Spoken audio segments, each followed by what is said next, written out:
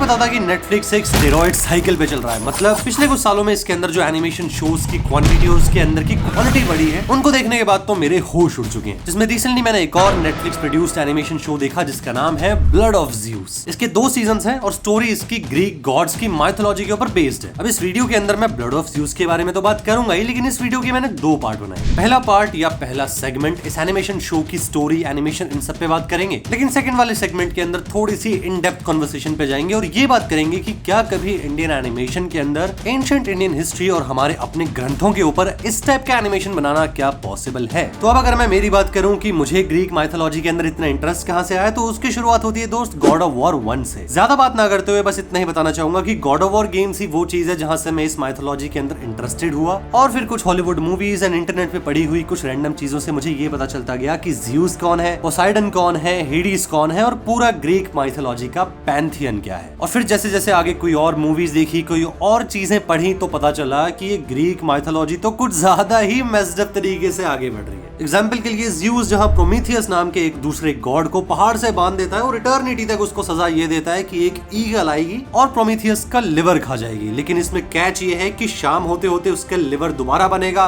Prometheus की body दोबारा से हील हो जाएगी और अगले दिन आके वो ईगल दोबारा से उसको खाएगी और यही पूरी साइकिल इटर्निटी तक चलती जाती है। बट पता है प्रोमीथियस की इस पूरी सजा का रीजन क्या है? क्योंकि प्रोमीथियस ने गॉड से आग चुराकर इंसानों को दे दी और उससे वो एडवांस कर गए। आई मीन क्या क्रेजी चीज है। और इसके अलावा भी ग्रीक माइथोलॉजी के अंदर बहुत ही ज्यादा मेस्ड अप चीजें हैं, और उनमें सबसे ज्यादा क्रेजी चीज है Zeus and his love for humans. I mean the literal love for human womens. अगर तुम थोड़ा सा भी ग्रीक माइथोलॉजी के बारे में पढ़ोगे ना, या फिर ऊपर से इन्फॉर्मेशन भी लोगे, तो भी तुम्हें पता चल जाएगा कि पूरी माइथोलॉजी के अंदर मोस्ट ऑफ द प्रॉब्लम्स इसलिए हो रही हैं क्योंकि ज़्यूस कंट्रोल नहीं कर पाया अपने आप को। और ठीक इसी तरीके से ब्लड ऑफ ज़्यूस की कहानी भी ऐसे ही शुरू होती है, जहां गॉड्स और पूरे पैंथियन से हटके ज़्यूस का एक ह्यूमन बेटा होता है जिसका नाम है हेरन। स्टोरी के अंदर हेरन एक डेमी गॉड है जिसको कि शुरू में पता नहीं होता कि उसके पिता ज़्यूस हैं, बट आगे आगे जैसे स्टोरी बढ़ती है तो हेरन को न सिर्फ उसके पिता के बारे में पता चलता है, बट गॉड्स को भी ये पता चल जाता है कि ज़्यूस हैज अनदर डेमीगॉड सन। और इस पॉइंट के आते आते तक ज़्यूस की वाइफ यानी कि गॉडेस हेरा, वो ज़्यूस के इतने सारे डेमीगॉड बच्चों से इतनी ज्यादा परेशान हो जाती है कि अब वो बोलती है कि दैट्स इट, अब तो भाई तुझे निकलना ही पड़ेगा, now I will be the queen of gods, और ज़्यूस को यहाँ से बाहर फेंको। स्टोरी के अंदर गॉड्स में जहाँ ज़्यूस के चीटिंग की वजह से ये वाला कॉन्फ्लिक्ट चालू हो जाता है, ह्यूमन वर्ल्ड के अंदर यहाँ पे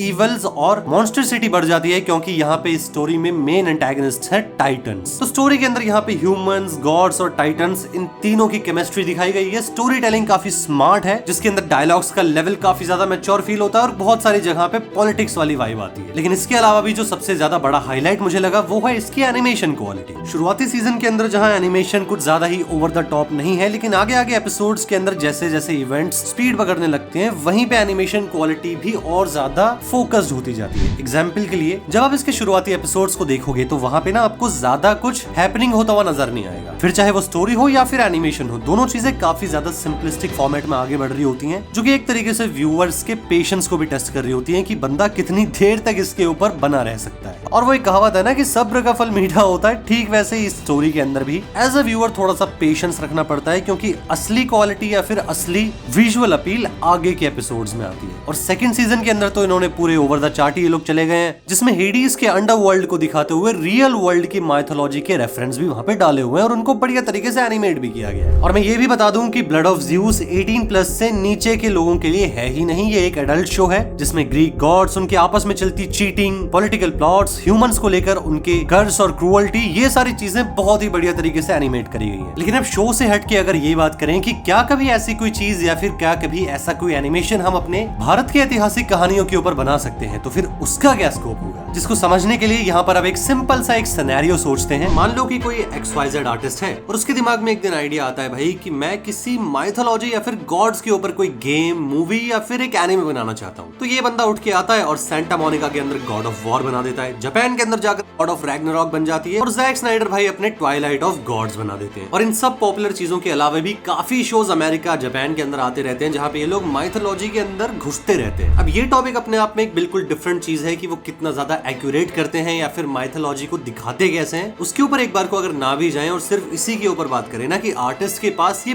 पावर या फिर फ्रीडम है कि वो ना सिर्फ अपने ब्रेन इमेजिनेशन से कुछ भी बना पाए बल्कि माइथोलॉजी के अंदर भी जा पाए। ये पावर किसी आर्टिस्ट के हाथ में होना ठीक वैसे ही है जैसे स्पाइडरमैन के अंदर वो डायलॉग है ना, power of the sun in the palm of my hand. जो मन करा जैसे मन करा आर्टिस्ट ने अपनी क्रिएटिविटी, इमेजिनेशन और अपनी फ्रीडम का यूज करके ना सिर्फ माइथोलॉजी के ऊपर किसी आईपी को क्रिएट किया बल्कि उसके अंदर चेंजेस भी कर डाले। एंड इसका रिजल्ट हम सब लोग जानते हैं कितना ज्यादा एपिक है। God of War games, I guess शायद ही कोई होगा जिसको पसंद नहीं होंगे। गॉड ऑफ रैग्नारॉक के अंदर फाइट सीन्स लेजेंडरी लेवल के बन जाते हैं और हॉलीवुड मूवीज जैसे कि इमॉर्टल, उसके अंदर तुम जाके देखोगे तो गॉड्स वर्सेस टाइटंस की बहुत गजब फाइट्स दिखाई है। But this is not the point. The point I am trying to make here is कि वहां पे ये फ्रीडम है कि वो माइथोलॉजी के अंदर अपने एलिमेंट्स को ऐड ऑन कर पाए। लेकिन just for a second imagine what will happen if you try to do this in here. मैं सच बता रहा हूं, तुम्हारा समय खराब आ जाएगा। क्योंकि पहली बात तो इंडिया के अंदर जो होम ग्रोन एनिमेशन है उसी के अंदर बहुत लिमिटेशंस है। बट उसके अंदर रहते हुए भी ऐसा नहीं है कि हमारे यहाँ पे गॉड्स या फिर एंशिएंट इंडियन हिस्ट्री के ऊपर कोई एनिमेशन नहीं बनता। बनते जरूर है, लेकिन अगर तुम एक बार को उनके पैटर्न को देखोगे ना कि एक छोटे